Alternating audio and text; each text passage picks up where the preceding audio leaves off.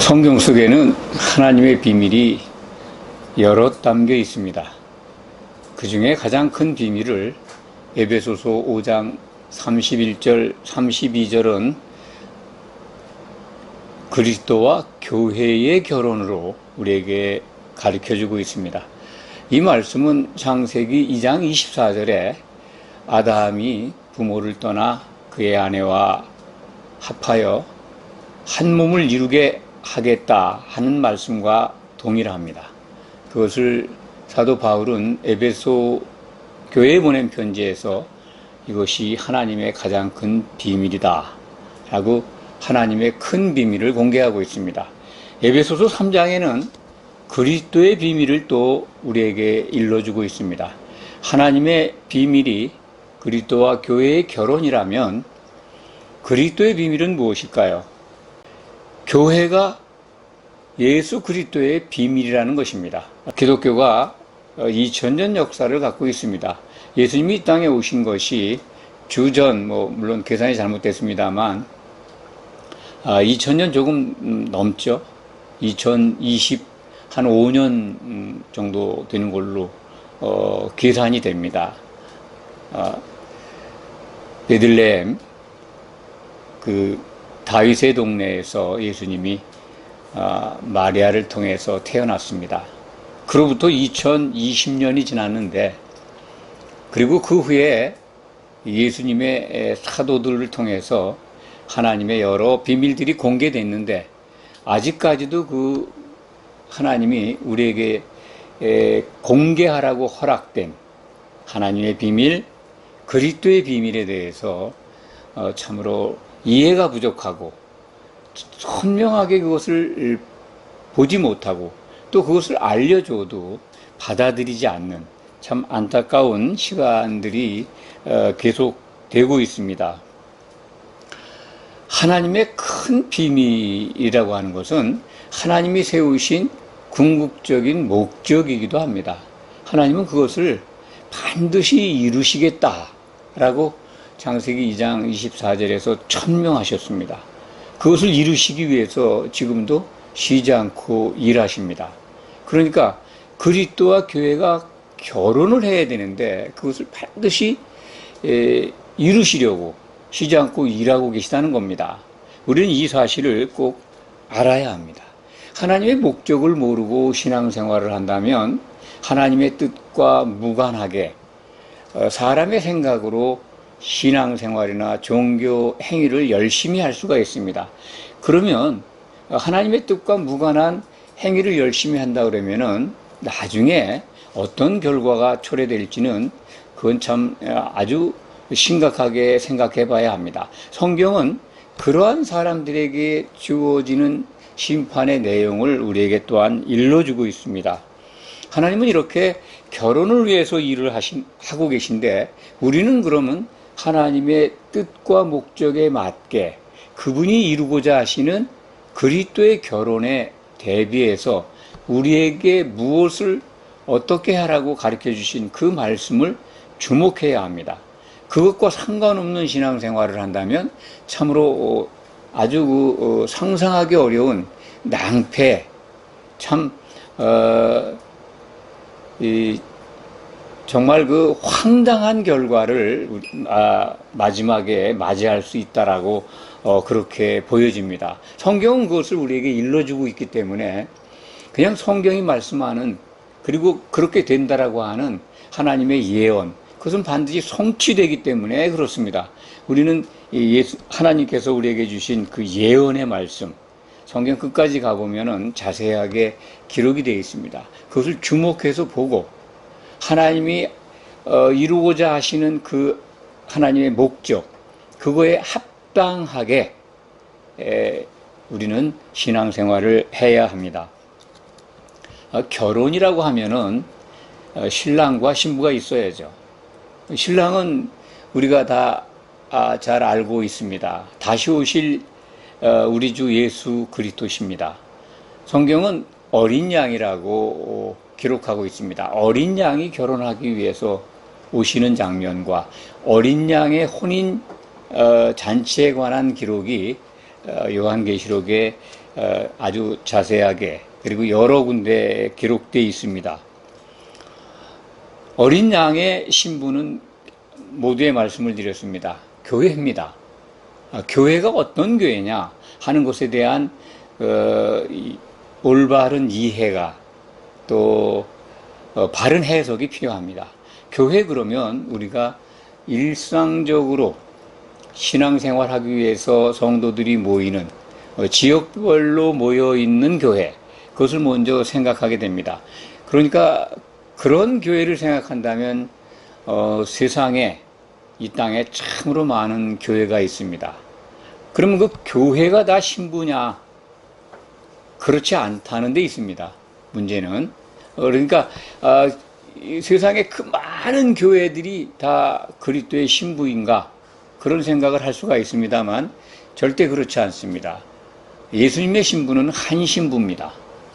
성경은 지속적으로 예수님의 몸은 하나고 그 몸은 교회인데 그 교회는 하나의 신부로 단장된다라고 일러주고 있습니다.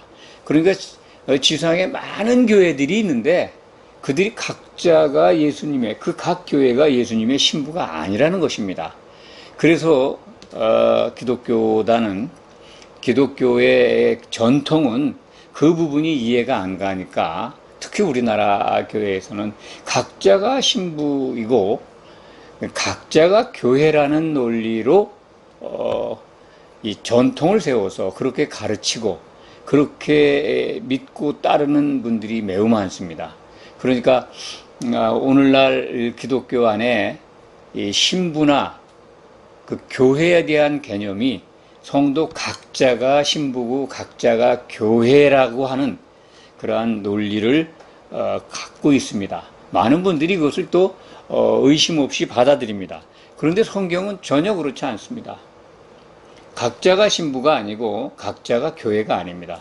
교회는 기초 단위가 두세 사람입니다. 예수님의 이름으로 두세 사람이 모여야 교회가 성립되는 겁니다. 그 성립되는 조건에는 정말 참다운 교회라면 그리스도의 이름으로 모여야 합니다. 그리스도의 이름으로 모였다고 하는 것은 그리스도의 이름으로 예수 그리스도의 이름으로 보내시는 성령이 함께하는 것입니다. 성령이 계시지 않는다면 교회가 아닙니다. 왜냐하면 고린도전서 12장 13절에는 너희가 그 교회가 한 성령을 항상 함께 마시게 하셨다라는 말씀이 나옵니다. 성령을 함께 성도들이 같이 항상 마셔야 합니다. 그런 곳이 정말 교회입니다.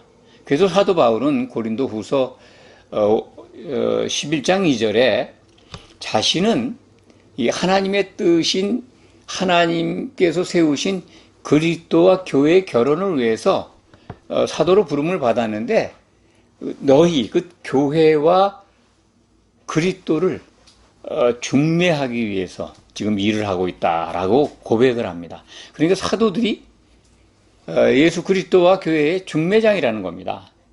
여러 교회들을 중매한다는 것이 아니라 완성된 교회를 중매하고 있다. 그런 말씀입니다. 그러니까 우리는 사도들의 말을 잘 들으면, 중매장의 말을 잘 들으면 예수님이 결혼하러 오실 때, 장가들로 오실 때 신부로 준비할 수 있게 됩니다. 신부로 단장되는 것입니다. 성도가 가장 주목해서 바라보고 그것을 위해서 기도하고 신앙생활을 해야 될 그 목적이 있다면 신부로 준비되는 것입니다. 교회는 이렇게 목적을 갖고 있습니다. 교회가 하나님을 기쁘시게 하는 일이 있다면 성도들이 성령을 함께 받아 마셔가면서 한 몸을 이루어서 그리스도의 몸인 교회로 온전하게 세워지는 겁니다. 흠이 없이 우리가 준비해야 그 신부로 단장돼서 예수님이 오실 때 결혼식에 들어가기 때문에 그렇습니다. 신부단장을 하기 위해서 뭐가 필요하냐 하는 것, 그것은 성경 여러 군데 기록이 되어 있습니다. 에베소서 4장 3절에 기록된 말씀을 보면 너희는 성령이 평안에 매는 줄로 성령이 하나 되게 하신 것을 힘써 지켜라. 성령은 하나 되게 하시는 분입니다. 교회의 지체들이 하나가 돼야 그리스도의 몸인 한 교회로 한 신부로 단장될 수 있기 때문에 그렇습니다. 그래서 성령을 함께 마셔야 되는 것이고, 그 마시는 이유는 성령을 함께 마실 때 우리가 한 몸으로 세워져 갈 수 있기 때문에 그렇습니다. 한 몸이 되어야 한 신부로 단장이 되죠. 완성된 교회, 또 신부 단장을 마친 교회의 모습은 요한계시록 19장에 기록이 되어 있습니다. 8절에 보면 요한계시록 19장 8절에 참 그 어린 양의 아내가 잘 준비해서 단장을 해서 이 자신을 준비했는데, 그래서 그에게 빛나고 깨끗한 한 세마포 옷을 입도록 허락했다라고 하는 말씀이 기록되어 있습니다. 그러니까 교회가, 완성된 교회가 잘 준비됐는데, 그 교회를 이루고 있는 많은 성도들, 성경에서는 지체라고 그러죠. 그 지체들이 함께 입는 옷을 빛나고 깨끗한 한 세마포 옷이라고 이렇게 일러주고 있습니다. 그러니까 한 벌 신부 드레스를 같이 입는 겁니다. 우리는 지금 그 옷을 입기 위해서 신앙생활을 하고 있습니다. 참 많은 분들이 어떻게 우리가 그리스도의 몸으로 하나가 되고 그리스도의 몸으로 세워지고 이런 것들을 납득을 못한다, 그런 말씀을 여러 분들로부터 들었습니다. 하나 된다는 게 그게 무슨 말씀인가? 참 그렇습니다. 그렇게 의심할 수밖에 없습니다. 납득이 안 가죠. 각자의 인격과 각자의 몸을 가지고 있는 우리들이 교회로 모여 있지만은 성령이 역사하신다고 하지만은 어떻게 우리가 그분의 몸으로 하나가 될 수 있습니까? 그분의 몸의 정체는 또 뭡니까? 이런 질문을 하시는 분들이 있습니다. 매우 당연한 질문이라고 생각을 합니다. 왜 예수님의 몸이 교회인가? 모두의 말씀을 드렸습니다. 교회가 예수님의 몸인데 그 몸이 바로 그리스도의 비밀이다. 신약 성경은 교회의 머리를 예수님이라고 우리에게 일러줍니다. 골로새서 1장 23절인가요? 1장 16절인가? 제가 정확하게 기억이 안 나는데 그것이 기록이 되어 있습니다. 교회의 머리 대신 예수님, 그걸 생각하면 그분의 몸이 교회인데 모든 성도들이 그 몸으로 하나 되어야 된다는 말을 조금은 이해할 수 있을 겁니다. 그 몸이라고 하는 거는 우리가 머리부터 발끝까지 사람의 몸을 연상하시면 됩니다. 그게 예수님의 몸입니다. 그러니까 실체라는 거죠. 예수님이 어떤 형상을 입고 있다면 그 형상의 전부라는 겁니다. 사람으로 따지면은 예수님의 짝이 될 한 신부죠. 그런데 그 몸의 머리가 예수님이다 하는 것은 그 실상을 가진 예수님의 몸의 지휘가, 생각이, 주인이 예수님이라는 겁니다. 그러니까 그 몸은 형체가 있지만은 그 몸의 주인은 예수님, 예수님의 생각으로 하나 된다는 의미입니다. 그러니까 모든 성도들이 한 드레스를 입기 위해서는 예수님의 생각으로 같아져야 합니다. 그래서 예수님의 이름으로 보내신 성령이 필요한 겁니다. 성령을 함께 마셔야, 성령은 예수님의 이름으로 오신 분이기 때문에 우리를 하나 되게 하시는 분입니다. 그래서 이러한 원리로 우리가 그리스도의 생각으로 같아진다면 동서고금을 통해서 복음을 들은 모든 성도들이 한순간에 그리스도의 그 몸으로 이렇게 한 몸을 이루고 한 세마포옷을 함께 입게 된다. 이렇게 이해할 수 있을 겁니다. 아마 그 부분은 이해하실 수 있다고 봅니다. 우리는 이제 그러니까 하나님이 세우신 결혼이 이제 임박해 있다라고 하는 징조들을 지금 만나고 있습니다. 그것은 예수님의 재림이 예정되어 있는데 그 재림이 가까우면 여러 가지 징조들이 나타난다. 그 징조들이 현재 오늘날 우리가 사는 세상에 나타나고 있기 때문에 예수님의 재림이 얼마 남지 않았다라고 많은 사람들이 그렇게 예측을 하고 있습니다. 그것은 상당한 일리가 있다. 저도 그렇게 생각을 합니다. 그러니까 당장 예수님이 나타나는 건 아니지만은 오시기 직전에 환란은 아직 우리에게 접해 있지 않지만은 환란이 오기 전에 징조들이 우리에게 나타나고 있다. 그래서 많은 사람들은 이제 휴거 때가 됐다. 환란이 오면은 휴거해야 된다. 이렇게 말씀을 합니다만 성경을 자세히 보면은 휴거는 여러 경로를 통해서 일어납니다. 그러니까 예수님이 오시기 전에 환란 전에 환란을 면제받는 교회가 있고 환란을 겪어야 되는 교회가 있습니다. 요한계시록에 이제 7개 교회가 등장을 하는데, 그리고 이제 그 전에 환란 기간 동안에 순교당해서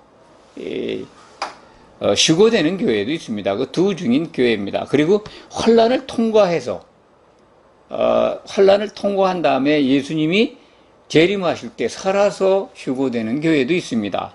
환란을 겪어야 됩니다.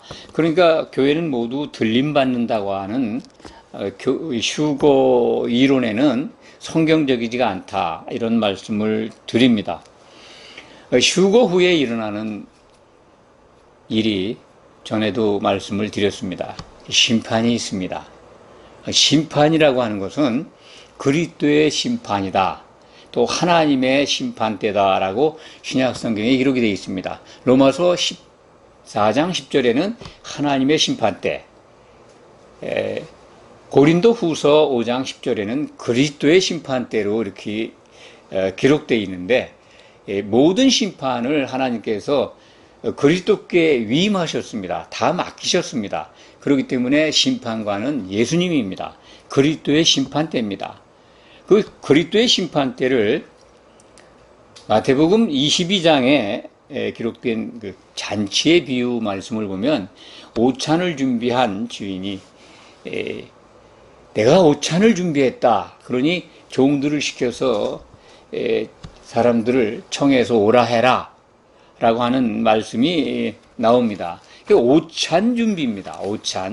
오찬을 준비하고 살찐 송아지, 거기에 보면 22장 4절인가요? 제가 기록해냈어요. 4절입니다.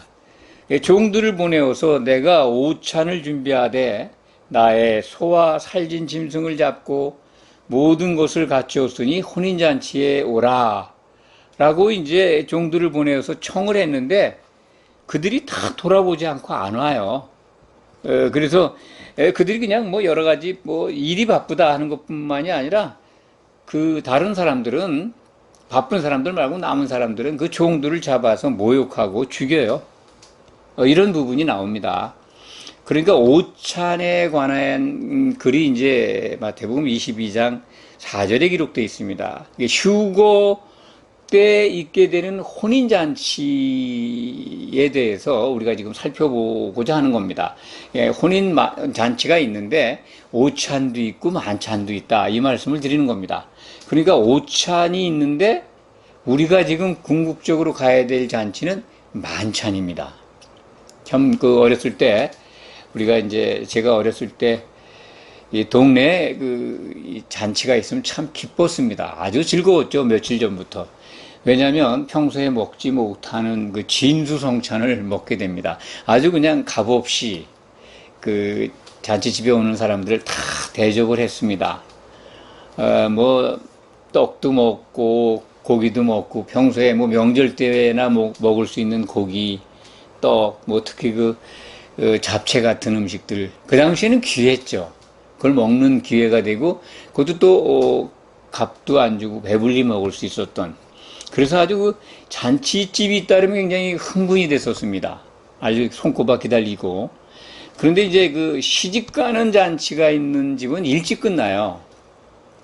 신랑이 와서 이제 신부를 맞이해서 잔치를 하고 자기 집에 가서 이제 구식 결혼이죠. 자기 집에 가서 이제 그야말로 만찬 잔치격으로 자기 집이 멀면 더 늦어지겠죠. 가서 이제 잔치를 하는데 그래서 장가가는 잔치집이 있으면 학교파하고 돌아가도 잔치가 계속 이어져서 아주 풍성의 음식을 먹을 수가 있었습니다. 그런데 시집가는 잔치집은 이게 학교 수업 끝나고 가면 끝나 있어요. 아주 매우 실망스럽죠. 그래서 제대로 얻어 먹을 수가 없어서 아쉬운 점이 많이 있었는데 이스라엘에도 그 지방에도 이 잔치가 오찬과 만찬이 이렇게 구분되어 있었던 것 같습니다.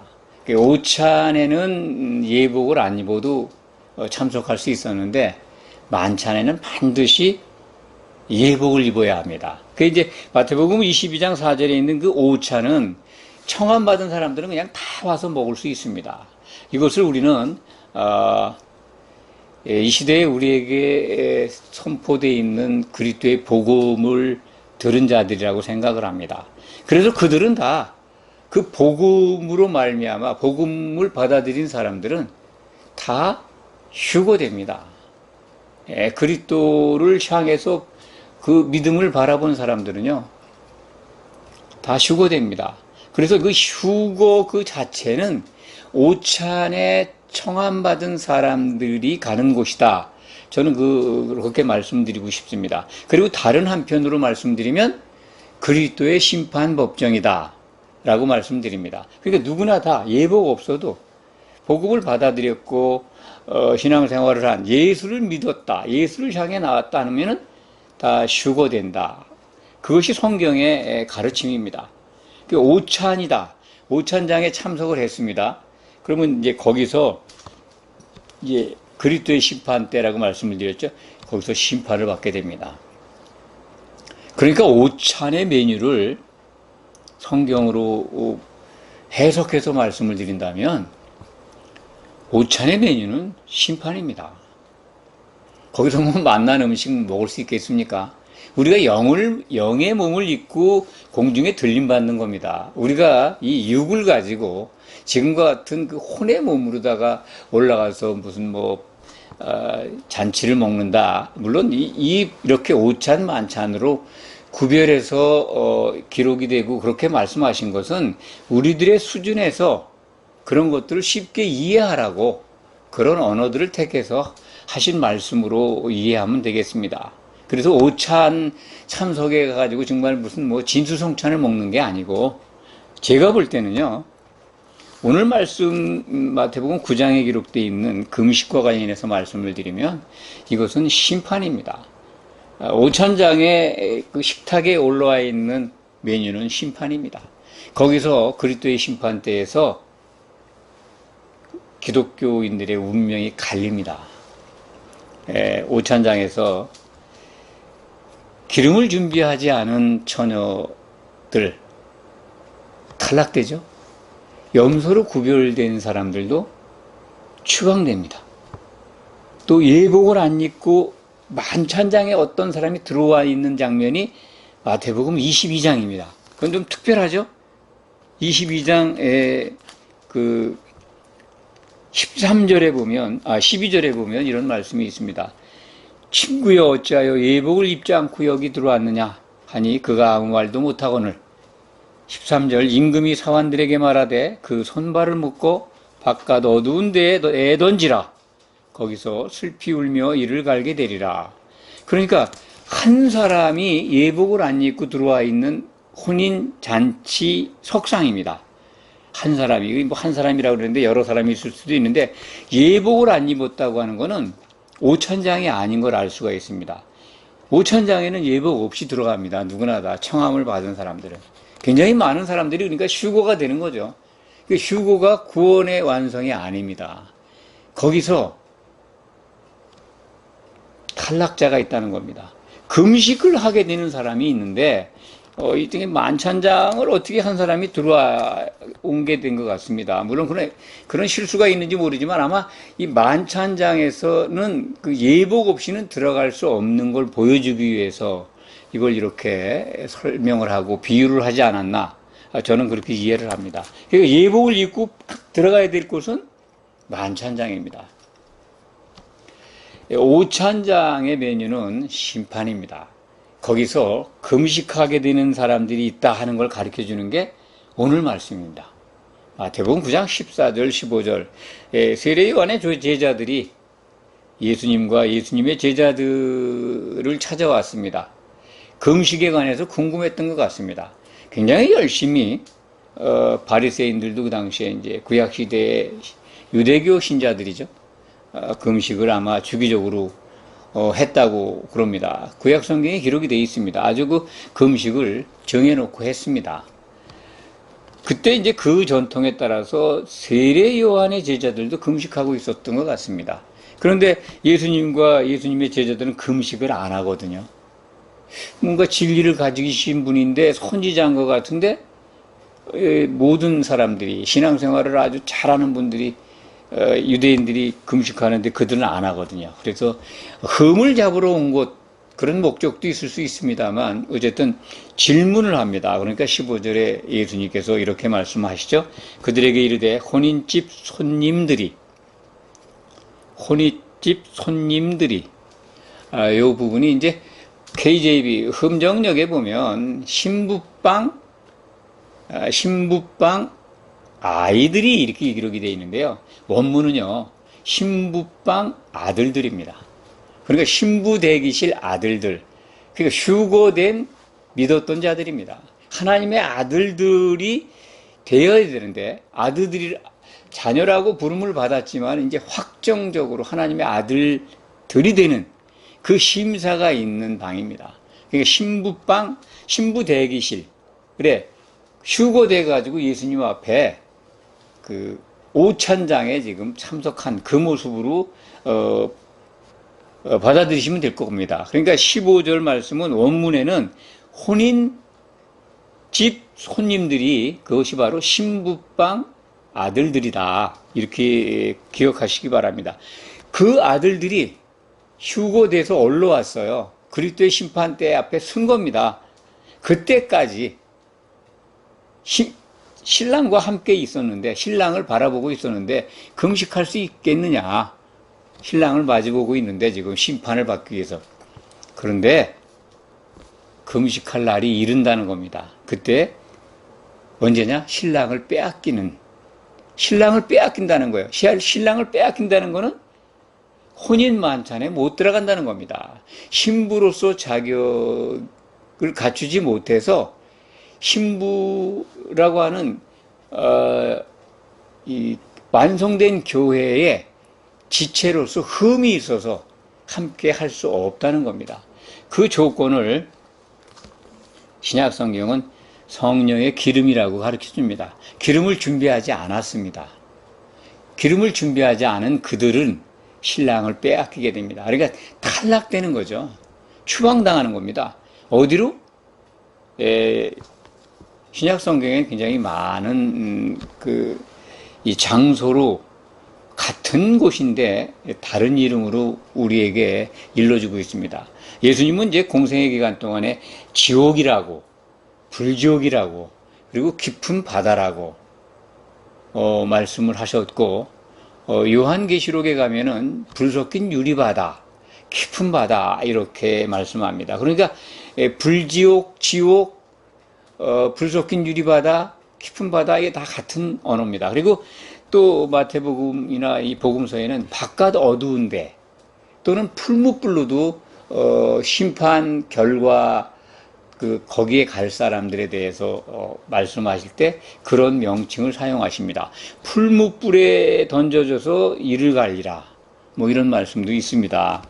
그러니까 신랑을 빼앗기는 자들, 그날 금식해야 되는 사람들이 가는 곳입니다.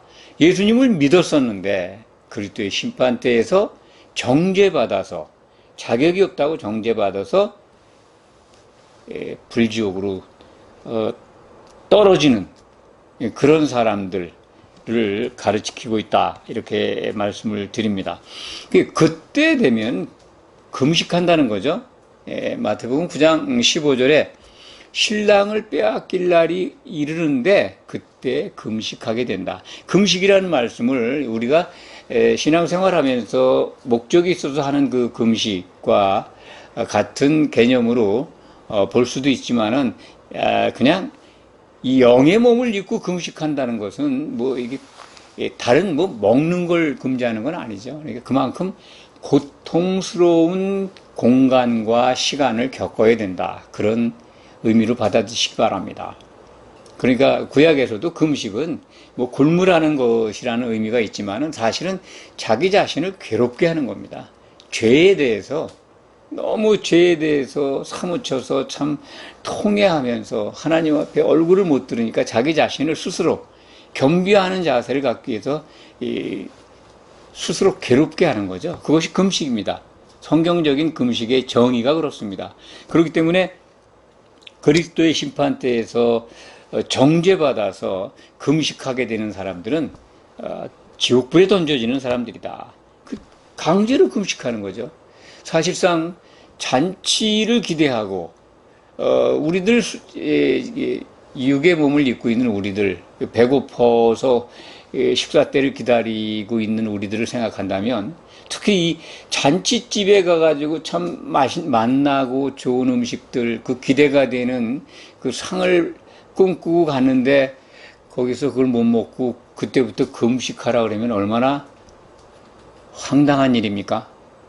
제가 어릴 적 이 말씀을 보면서 어릴 적 잔치집에 가가지고 참 허겁지겁 잘못 먹어서 뭐 체한 적도 있고, 그런데 너무 많이 먹어서 급하게 그런 걸 생각하면서, 그때 그 먹지 말고 굶어라 했으면 얼마나 안타까울까, 얼마나 참 화가 나고 참 실망스러웠을까 하는 생각을 과거지만은 해봤습니다.